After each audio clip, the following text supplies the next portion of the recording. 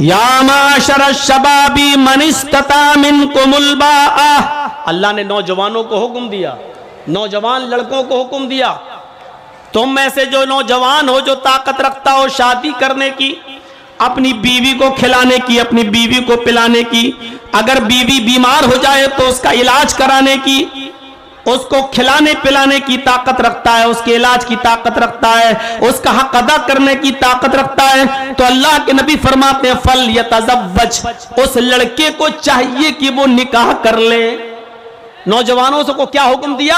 अगर वो शादी करने की ताकत रखते हैं, खिला सकते हैं, पिला सकते हैं, बीवी का हक अदा कर सकते हैं, बीमार हो जाए तो इलाज कर सकते हैं, उनको अल्लाह के रसूल ने क्या फरमाया?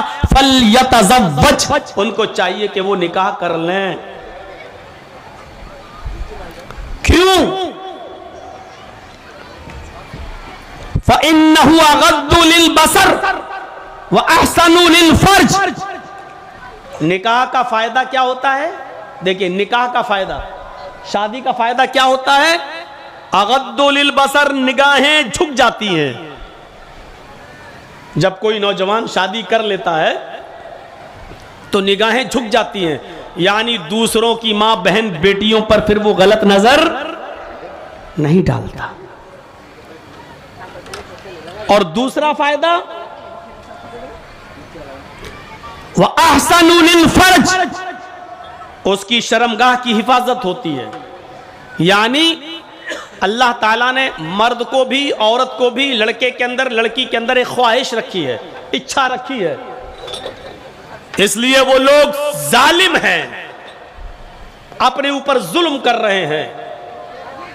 जो 25 साल के और 30 साल के हो गए और फिर भी निकाह नहीं कर रहे हैं, वो लड़कियां, वो माँ बाप भी जालिम हैं जिनकी बेटियां 20 साल से बड़ी हो चुकी हैं, 25 साल और 30 साल की हो चुकी है और वो अपनी बेटियों की शादी नहीं कर रहे हैं। क्योंकि अल्लाह ने जो चीज लड़के और लड़की के अंदर रखी है उसकी पूर्ति का हुक्म भी उसी ने दिया है, इसलिए ख्वाहिश अल्लाह ने रखी है तो अल्लाह ही के मर्जी के मुताबिक उस ख्वाहिश को पूरा करने का हुक्म भी उसी ने दिया है।